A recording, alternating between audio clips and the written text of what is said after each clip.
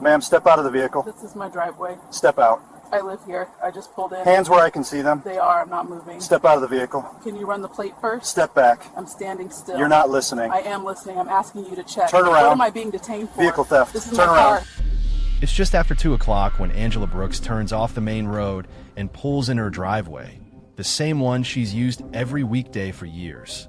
The car slows, engine quiet, tires settling onto concrete. Nothing about the moment suggests conflict. Her briefcase sits on the passenger seat. The front door of the house is only a few steps away. Behind her, a patrol cruiser stops. The dash cam captures the pause, the brief silence before escalation. The officer remains seated for a moment, watching. Then the door opens. Officer Daniel Harper, 8 years on the force, approaches with practiced confidence. His hand rests close to his belt, posture forward, eyes fixed on the driver. There's no greeting, no explanation. "Ma'am, step out of the vehicle." Angela turns slightly, startled.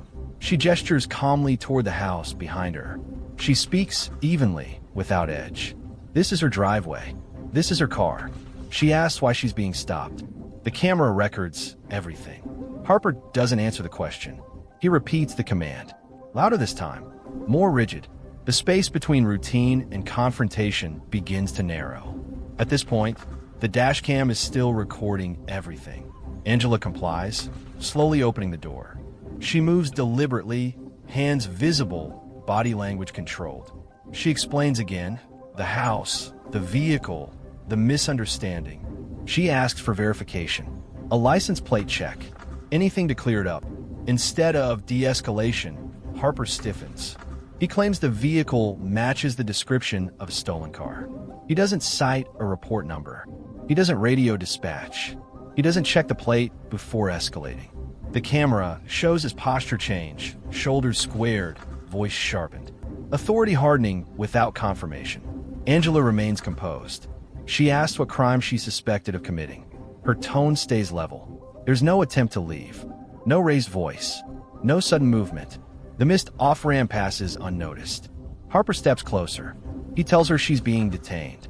When she asks again for verification, he interprets it as resistance. The words come quickly now, layered with accusation instead of explanation. "Step back. Hands where I can see them." A neighbor's garage door opens down the street. Someone pauses on a front lawn. The setting stays quiet, but the audience is growing. At this point, nothing has been verified. Angela identifies herself calmly and asks him to check her ID before proceeding further. The request is reasonable. The response is not. Harper reaches for his cuffs. The dashcam captures the moment where procedure gives way to assumption. There is still time to stop, to confirm, to reset, but the decision has already shifted from investigation to control. Angela is told she's being detained for vehicle theft. The words hang in the air, disconnected from the scene the camera shows. A woman in professional clothing. A driveway. A car that hasn't moved in minutes. The officer's authority hasn't been challenged, it's been questioned. And that distinction matters. The camera records Harper's voice tightening as he positions himself behind her. It records Angela asking one final time for verification. It records the silence where a radio call should have been. This stop should have ended here. Instead, it crosses the line where correction becomes confrontation, and where a routine encounter turns irreversible. Angela is placed in the back of the patrol car, the door closing with a dull mechanical click. The camera inside the cruiser captures her posture, upright, controlled, eyes forward. Her hands rest in her lap, cuffed, wrists already beginning to redden. She repeats her request calmly, clearly. Verification. Identification. A simple check. Outside, Officer Harper radios in. His voice carries certainty, not caution. He reports a detained suspect claiming authority she hasn't proven. The phrasing matters. The framing locks the narrative before facts are checked. At this point, the footage is still recording uninterrupted. Minutes pass. Angela remains seated. She does not raise her voice. She does not argue. She states her name again. She explains where her identification is located. She asks for the plate to be run. Each request is ignored. Across the street, a neighbor has stopped watering the lawn. Another stands at the edge of driveway, phone already raised. The camera on the cruiser catches reflections, movement where there shouldn't be attention yet. A man walking his dog slows and looks toward the scene. He recognizes Angela. He approaches cautiously, stopping well short of the officer's space. He speaks calmly, telling Harper there's been a mistake. He identifies the woman in the back seat. He explains she lives there. Harper doesn't turn to listen. He tells the man to step back. He warns him about interference. His voice rises just enough to reassert control. The dog walker retreats, hands up, but the doubt remains, visible now, spreading outward. At this point, witnesses are beginning to form. Harper calls for backup. The radio traffic escalates the situation instead of resolving it. 2 additional units arrive, lights flashing, breaking the quiet of the street. The presence of more officers doesn't clarify the facts. It amplifies the authority already committed to a version of events. Angela has now been detained for nearly 20 minutes. She sits silently as officers speak around her, not to her. She watches conversations happen over her head. She listens to assumptions replace verification. The camera shows her breathing slow, controlled, the composure of someone who understands exactly how systems fail. One of the responding officers, Officer Lena Ortiz, approaches Harper for a briefing. His explanation is inconsistent, vague. He references a stolen vehicle alert, but provides no confirmation. When Ortiz asks if the plate has been run, there's a pause. She walks to the cruiser and looks inside. The image doesn't match the accusation. Professional attire, calm demeanor, no visible indicators of theft or flight. Angela meets her eyes and repeats her name, her position, her request for verification. Someone is finally listening. Ortiz returns to Harper and suggests checking identification before proceeding further. She warns him quietly about the implications if the claim is accurate. Harper resists. He insists the suspect is lying. He says criminals fabricate stories all the time. The power imbalance is now undeniable. A neighbor steps forward with a phone, explaining on camera that the woman detained lives there, that she's known in the neighborhood, but there's been a mistake. Ortiz radios dispatch to run the name. At this point, the record becomes permanent. The response comes back quickly. Confirmation. Authority established. Too late. Harper's posture shifts, but not toward apology. He becomes defensive. He reframes the delay as procedure. He suggests compliance should have come sooner. The camera captures every word. Angela is released after more than half an hour in custody. The cuffs come off slowly. She rubs her wrists but says nothing accusatory. She asks for names, badge numbers, documentation. This encounter is no longer a misunderstanding. It's a record, and the system has just realized it cannot be undone. The scene clears slowly, but the damage doesn't. The patrol cars pull away one by one, leaving the street quiet again, but the cameras don't stop recording when the lights turn off. Later that evening, the footage is logged. The dashcam file is uploaded.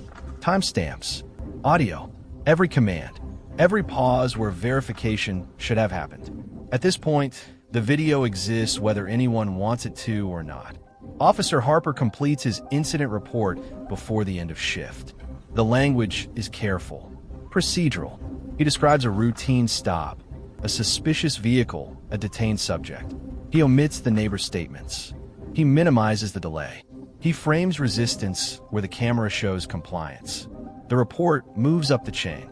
A supervising sergeant reviews it the next morning. He notices the gaps immediately. The location doesn't make sense. The charge doesn't align with the footage time. Most of all, the video contradicts the narrative. He pulls the recording. The system begins watching itself. The supervisor sees the repeated requests for verification. He hears the names stated clearly more than once. He watches neighbors approach and get dismissed. He sees the moment backup arrives and uncertainty enters the frame. The authority that felt absolute on the street looks fragile on playback. Internal Affairs is notified. The case is flagged. The officer is placed on leave pending review. What had been framed as a simple detention is now a documented failure of procedure. At this point, silence becomes evidence. Word spreads beyond the department. Legal counsel requests copies of the footage. Civil rights attorneys begin asking questions.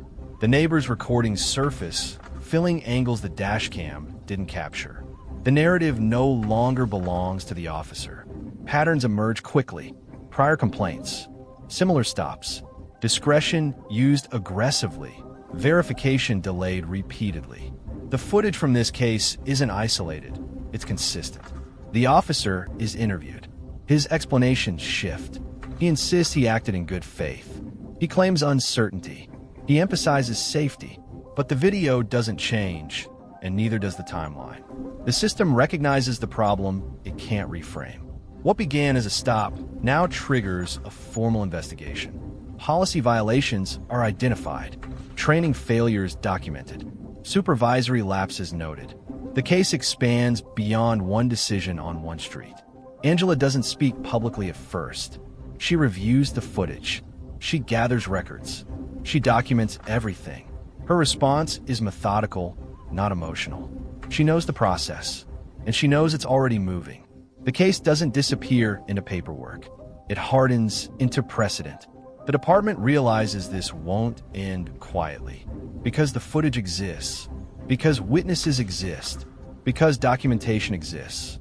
And once those three align, authority doesn't collapse loudly. It collapses permanently.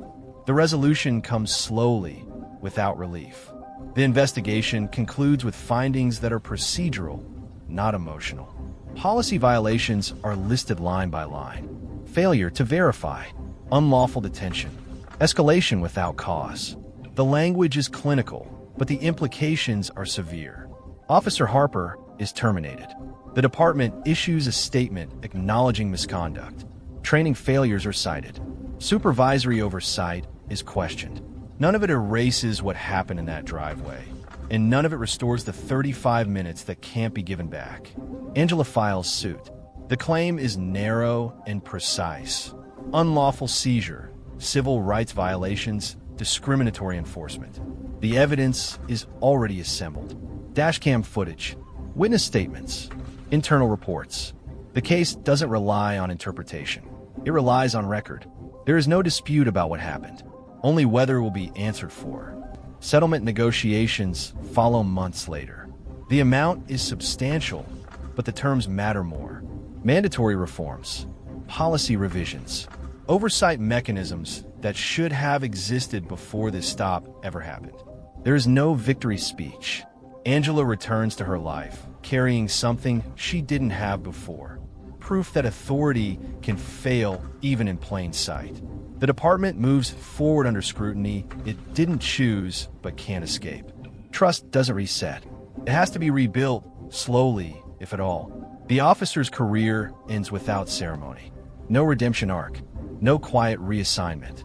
Just a record that follows him longer than the badge ever did.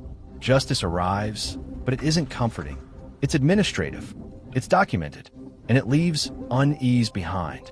This case had footage. It had witnesses. It had documentation. Most people don't.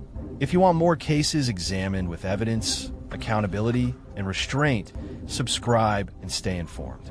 When authority is questioned and no one listens, what happens to those without a camera?